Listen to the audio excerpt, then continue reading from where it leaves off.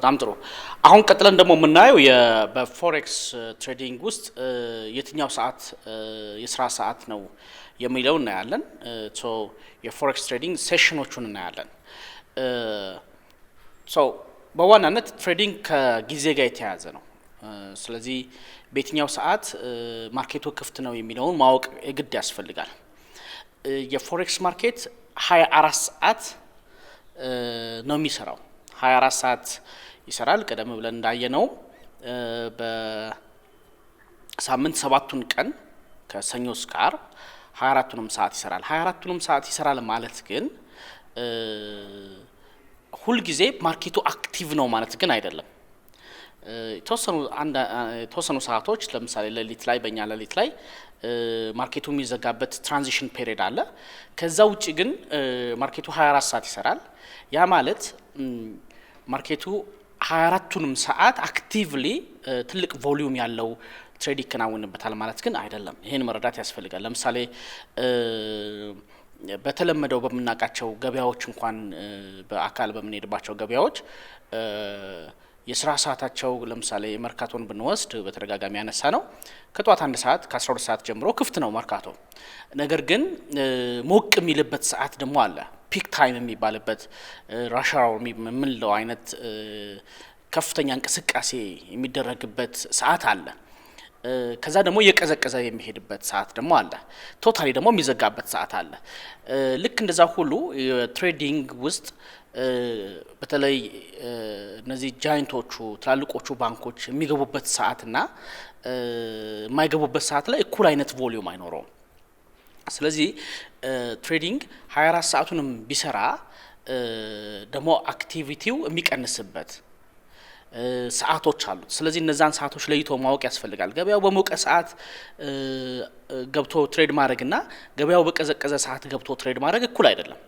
ስለዚህ እነዛን ማወቅ ያስፈልጋል ማለት ነው ከዛ ውጪ ኢቭን ሰዓት ብቻ ሳይሆን የትኛው ቀን ከሳምንቱ 5ቱ ቀናቶች ውስጥ ከሰኞ እስከ ዓርብ ካልናቸው ቀናቶች ውስጥ የትኛው ቀን the best time ነው ለትሬድ የሚለውን ማወቅ ያስፈልጋል ኢቭን ቀኖቹን ራሱ ለይቶ መረዳት ማወቅ ያስፈልጋል ማለት ነው ሶ ቀጥለን የምናየው ሴሽኖቹ ምን ናቸው የሚለውን እንመለከታለን በፎሬክስ ትሬዲንግ ውስጥ የቀንና የሰዓቱ መቀያየር ሁሉም ማርኬቶች አንድ ላይ እንዳይከፈቱ ያደርጋቸዋል ለምሳሌ በሩቅ ምስራቅ አካባቢ በቶኪዮ ጃፓን ቻይና ምናምን መስመር ላይ ፀሐይ በመተጣበት ሰዓት አውሮፓና አሜሪካ እንዲሁም አፍሪካ ጨለማ ነው የሚሆነው በዚህ ምክንያት አንዱ ጋር ስራ ይጀምራል ባንኮቹ ስራ ይጀምራሉ ትሬድ ማድረግ ይጀምራሉ ስቶክ ማርኬቱ ይከፈታል አክቲቪቲው ሲጀመር ሌላው ዓለም ላይ ደግሞ ጨለማ በመሆኑ ምክንያት ባንኮቹ ዝግ ናቸው ስለዚህ ስቶክ ማርኬቱ ሳይከፈት ይቀርና የአንዱ የዓለም ክፍል ስራ ላይ ሲሆን ያንደኛው ዓለም ደግሞ ከስራ ውጪ ይሆናል በዚህ ምክንያት በዓለም ላይ በዋናነት 3 የትሬዲንግ ሴሽኖች አሉ በዋናነት ተጨማሪ የሚባሉ አሉ ግን አንዱ በአንደኛው ውስጥ ይጠቃልላል የመጀመሪያው ፀሐይ እንደምታውቁት በምስራቅ በኩል ነው የምትወጣው ስለዚህ ቶኪዮ አካባቢ ስራ ይጀምራል የቶኪዮ ማርኬት የቻይና ማርኬት አካባቢ ያሉት የአውስትራሊያ ማርኬቶች ስራ ሲጀምሩ ይሄ የቶኪዮ ማርኬት ምንለው የኤዥያን ሴሽን ብለን የምንጠራው ይከፈታል ማለት ነው ኤዥያን ሴሽን በዋናነት ትልቁን ዶሚናንሲ የሚፈጥረው የቶኪዮ ማርኬት ነው ሌሎቹ ማጠቃላይ ተጨማምረው የኤዥያን ሴሽን በሚባል ይታወቃሉ የሲድኒ ማርኬት እዚህ ማርኬት ላይ የሚካተት ነው የቶኪዮ ማርኬት እዚህ ማርኬት ላይ የሚካተት ነው ሶ በዋናነት ቶኪዮ በሚል ወይም ደግሞ ኤዥያን ሴሽን በሚል ስም ይታወቃል የነሱ የስራ ሰዓት እየቀነሰ ሲመጣ ፀሐይ ወደ አውሮፓ ማድላት ስትጀምር የአውሮፓ ማርኬት እንደዚሁ ስራ ይጀምራል ኦቨርላፕ የሚያደርጉበት ሰዓቶች አሉ የቶኪዮና የለንደን አንድ ላይ አብረው የሚሆኑበት ሰዓቶች አሉ በዛ ሰዓት የለንደን ተጨማሪ ማርኬት ሲከፈት ቮሊዩሙ እየጨመረ ይመጣል። የለንደን ማርኬት የምንለው ድፍን አውሮፓን እና አፍሪካን የያዘ የማርኬት ሴሽን ነው። ስለዚህ ይሄ የለንደን ማርኬት የአውሮፓን እና የአፍሪካን ማርኬት አካቶ የያዘ ማርኬት ነው። የለንደን ስቶክ ማርኬት የለንደን አጠቃላይ የአውሮፓ ላይ ያሉት ባንኮች ስራ ሲጀምሩ የሚከፈተው ሴሽን ይህ የለንደን ሴሽን በመባል ይታወቃል፣ ወይም የአውሮፓ ሴሽን በሚባልም እናውቀዋለን። ይሄ ማርኬት የፍራንክፈርትን፣ ስፔንን የተለያዩ ስቶክ ማርኬቶችን አጠቃላይ የያዘ ነው። የአውሮፓን ስቶክ ማርኬቶች ትላልቆቹን የያዘ ነው። በጣም ጃይንት ነው የሚባለው ግን ለንደን ስለሆነ በዚህ ምክንያት የለንደን ሴሽን በመባል ይታወቃል። ሌላኛው የኒውዮርክ ሴሽን ነው። ፀሐይ ወደ ምዕራብ ያደላሽ በሄደሽ ቁጥር የለንደን ማርኬት ስራውን ያገባደደ ይሄዳል። ደን የኒውዮርክ ማርኬት ደግሞ እንደዚሁ አብሮት ይከፈታል ማለት ነው። ኦቨርላፕ ያደርጋሉ፣ አብረው ሁለቱም የሚሰሩበት ሰዓት ይኖራል። ስለዚህ የኒውዮርክ ማርኬት ደግሞ ተጨማሪ ግብዓት የሆነና ቮሊዩሙ በጣም እያደገ ይመጣል። ስለዚህ የኒውዮርክ ማርኬት አጠቃላይ የአሜሪካን እና የካናዳን ኤሪያዎችን የያዘ የማርኬት ሴሽን ነው። እንደምትመለከቱት ከቶኪዮ ጀምሮ ማርኬቱ በዚህ አይነት መልኩ ሪቮልቭ እያደረገ ምን ያደርጋል 24 ሰዓት ይሰራል የምንለው በዚህ ምክንያት ነው። እነዚህ በዋናነት የኤዥያን ሴሽን ቶኪዮ ማርኬት የሚባለው፣ ለንደን ሴሽን የአውሮፓ ማርኬት፣ የኒውዮርክ ማርኬት የምንለው ደግሞ የአሜሪካ ማርኬት እና የካናዳ ማርኬት በዋናነት ሶስቱ የፎሬክስ ትሬዲንግ ሴሽኖች ናቸው።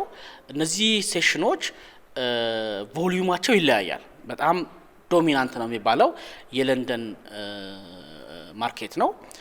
በተጨማሪነት የኒውዮርክ ማርኬት ሲገባበት ደግሞ ኦቨርላፕ ሲያደርጉ አብረው አንድ ላይ ስራ በሚጀምሩበት ሰዓት ትልቅ ቮሊዩም ይኖረዋል ማለት ነው። ሊስት ዝቅተኛ ቮሊዩም አለው የሚባለው የቶኪዮ ማርኬት ነው። የኤዥያን ሴሽን ሊስት የሆነ የቮሊዩም ያለው ነው። ለኛም ለትሬድ የሚመች ሰዓት አይደለም። እንደምታውቁት ይሄ ሩቅ ምስራቅ ስራ በሚጀምርበት ሰዓት የአፍሪካ አጠቃላይ አካባቢ ጨለማ ነው፣ ሌሊት ነው። ስለዚህ ሌሊት ተነስተን ለኛ ትሬድ ለማድረግ የሚመቸንም ሰዓት አይደለም፣ የሚመከርም የሚመረጥም ሰዓት አይደለም። ስለዚህ ለኛ በተለይ ለአፍሪካውያኖች የለንደን ማርኬት ስራ ሰዓት በምንሰራበት በሚጀምርበት ሰዓት ስለሆነ በጣም ምቹ ያደርገዋል ማለት ነው። ይሄን ካየን the best time የምንለው ለትሬድ ቤስት ታይም የምንለው የትኛው ነው የሚለውን እንመለከታለን ማለት ነው። በዋናነት የትኛው ነው ከቀኖች ውስጥ የትኛው የተሻለ ቀን ለትሬድ ጥሩ ነው የሚለውን እንመለከታለን። የመጀመሪያው ያው ቅዳሜና እሁድ ማርኬቱ ዝግስ በመሆኑ ምክንያት አብዛኞቹ ትሬደሮች ረፍት ላይ ነው የሚሆኑት። ስለዚህ ሰኞ ማርኬቱ ሲጀምር የባንኮቹም ሆነ ሌሎቹም በግል ትሬድ የሚያደርጉት ማርኬቱን መጀመሪያ አናሊሲስ ይሰራሉ። ስለዚህ ሰኞ ጠዋት ላይ በተለይ ግማሹ ቀን ማርኬቱ አንዳንድ ጊዜ ስሎ የሚሆንበት ጊዜ አለ፣ በጣም ስሎ የሚሆንበት ጊዜ አለ። በዚህ ምክንያት ሰኞ ለትሬድ ብዙ የሚመከር ቀን አይደለም። በተለይ ግማሹ ቀን የመጀመሪያው ግማሹ ቀን ለትሬድ ብዙ የሚመከር ቀን አይደለም። ሁለተኛው ብዙም የማይመከረው ደግሞ አርብ ነው። አርብ ለምንድነው ብዙ ጊዜ ትሬድ ማድረግ በተለይ አርብ ከሰዓት በኋላ በእኛ አርብ ከሰዓት በኋላ ትሬድ ማድረግ የማይመከርበት ምክንያት ትላልቅ ቮሊዩም ትሬድ የሚያደርጉት ትሬደሮች አብዛኛውን ጊዜ ኦርደራቸውን የሚዘጉት አርብ ቀን ነው። አርብ ከሰዓት በኋላ ብዙ ጊዜ ኦርደሮቻቸውን ይዘጋሉ። በዚህ ምክንያት ማርኬቱ ወደየትኛው አቅጣጫ ሊሄድ ይችላል የሚለውን መገመት ትንሽ አስቸጋሪ ያደርገዋል።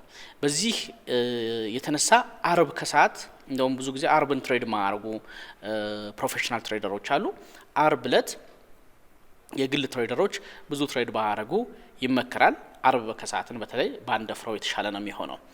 ሌላኛው በጣም ቤስት የሚባሉት ትልቅ ቮሊዩም አላቸው የሚባሉት ለትሬድ አክቲቪቲ በጣም ተመራጭ ናቸው የሚባሉት ማክሰኞ፣ ሮብና ሐሙስ ናቸው። እነዚህ ሶስቱ ቀናቶች ትልቅ ቮሊዩም የሚንቀሳቀስባቸው አብዛኞቹ ትሬደሮች ትሬድ ለማድረግ የሚመርጧቸው ቀናቶች ናቸው። ስለዚህ እነዚህ ሶስቱን ቀናቶች አክቲቭሊ ትሬድ ልናደርግባቸው የምንችላቸው ቀኖች ናቸው። በሰዓት ደረጃ ግን ካየን ትሬድ ማድረግ ያለብን በዋናነት የለንደን ማርኬት ሲጀምር ማለትም ብዙ ጊዜ ያው የዴይላይት ሴቪንጉ ይሄ የገና ጀምር የምንለው በእኛ በአውሮፓ የስራ ሰዓት ለውጥ ስለሚያመጣ እሱ የተወሰነ ቀናቶቹን በአመት ውስጥ የሚቀያየርበት ሁኔታ አለ። እሱን ወደፊት በደንብ ዲቴል ማየት ይጠበቅባችኋል። ነገር ግን በዋናነት የአውሮፓ ገበያ የሚጀምረው በእኛ 3 ሰዓት አካባቢ የሚጀምርበት ቀናቶች አሉ፣ 4 ሰዓትም የሚጀምርበት ወራቶች አሉ። በዋናነት ይሄ ደግሞ ለኛ ጥሩ የስራ ሰዓት ስለሆነ ከ3 ሰዓት ጀምሮ ወደ ስራ የምንገባበት ስለሆነ ከጠዋቱ 3 ሰዓት ወይም ከ4 ሰዓት ጀምሮ እስከ ማታ 1 ሰዓት ድረስ ብዙ ትሬድ ለማድረግ የሚመከሩ ሰዓቶች ናቸው። በመሃል ማርኬቱ የሚቀዘቅዝበት ሰዓት አለ። ለምንድነው የሚቀዘቅዘው? ባንኮቹ የምሳ ሰዓት በሚሆንበት ሰዓት ቮሊዩሙ የሚቀንስበት ሁኔታ አለ። ይሄንን እስቲ ወደ ቻርት ሄደን ቻርት ላይ ምን ይመስላል የሚለውን እንመልከተው።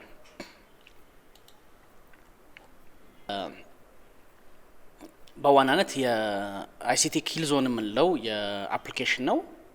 ይሄ ኢንዲኬተር ሆት ማርኬቱ በጣም ሆት የሚሆንባቸውን ሰዓቶች የሚያሳየን ነው።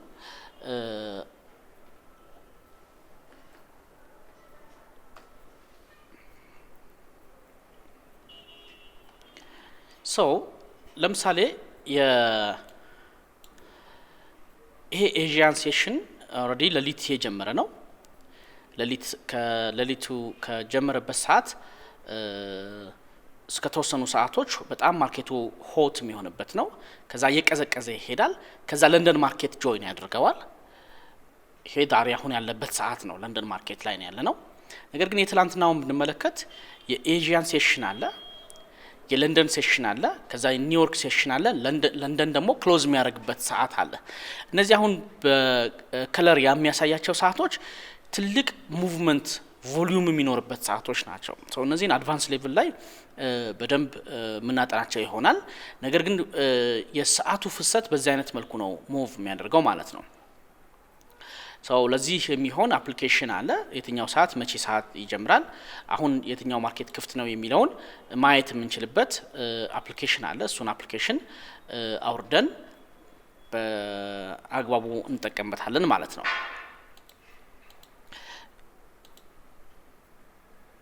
ወደ ፓወርፖይንታችን ስንመለስ ለዚህ አገልግሎት የሚጠቅመን አፕሊኬሽን የትሬዲንግ ሴሽኖቹን ለማወቅ የሚጠቅመን አፕሊኬሽን ከዚሁ ቪዲዮ ሊንክ እናደርግላችኋለን። እሱን በማውረድ የትኛው ማርኬት ክፍት እንደሆነ የትኛው ማርኬት ዝግ እንደሆነ ይሄን አፕሊኬሽን በመጠቀም አውቶማቲካሊ ማወቅ ትችላላችሁ። በየትኛውም ጊዜ ይሄን ሰዓቱን እስካስተካከላችሁት ድረስ ይሄን አፕሊኬሽን በመጠቀም የትኛውም የዓለም ኮርነር ላይ ብትሆኑ የትኛው ማርኬት ክፍት ነው የትኛው ማርኬት ዝግ ነው የሚለውን ማወቅ እንችላለን። ሌሎችም ጥቅሞች አሉት ይሄ አፕሊኬሽን። ፖዚሽን ሳይዝ ካልኩሌት ለማድረግም ሌሎችም አንዳንድ ሜጀር የሚባሉ ኒውሶችንም ለመከታተል የሚጠቅም ነው። እሱን በመጠቀም የትኛው ማርኬት ክፍት ነው የሚለውን ማየት እንችላለን ማለት ነው። ጉድ። ሌላኛው ጥብቅ ማሳሰቢያ የሚሆነው ትሬዲንግን በአግባቡ ተምረን በአግባቡ በዴሞ ላይ ትሬድ አድርገን ቀጣይነት ያለው ትርፍ ማግኘታችንን ዴሞ ላይ እስካላረጋገጥን ድረስ በገንዘብ ትሬድ ወደ ማድረግ መሄድ መቻል የለብንም። ትሬዲንግ በጣም ሪስክ አላቸው ከሚባሉት የስራ ዘርፎች መካከል አንደኛው ነው። ኪሳራ ሊያጋጥማችሁ ይችላል። ምናልባት 2 3 4 5 ጊዜም አካውንታችሁን ልታጡ ትችላላችሁ። ብሎ ላይ ያደርግ ይችላል አካውንታችሁ። ስለዚህ ያለ እውቀት ሊገባበት የሚችል አይደለም። ያለ ልምድ ያለ ችሎታ ሊገባበት የሚችል አይደለም። ስለዚህ በፍጹም ዴሞ ላይ ፕራክቲስ ሳታደርጉ ሪል አካውንት መክፈት መቻል የለባችሁም። በፍጹም ሪል አካውንት መክፈት የለባችሁም። ቢያንስ በጣም ኮሚትድ ነኝ የሚል ሰው አንድ ሰው ይሄንን ኮርስ ወስዶ ከጨረሰ በኋላ ለአንድ ወር በተከታታይ ቀናቶች ለአንድ ወር ዴሞ ላይ ትሬድ ማድረግ መቻል አለበት።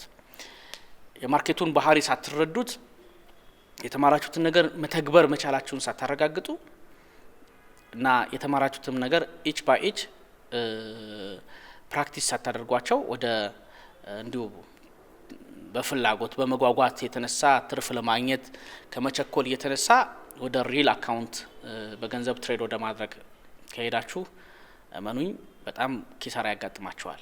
ይሄ ከአበራሽ ጠባሳ የተማርነው ሳይሆን ከራሳችን ጠባሳ የተማርነው ነው።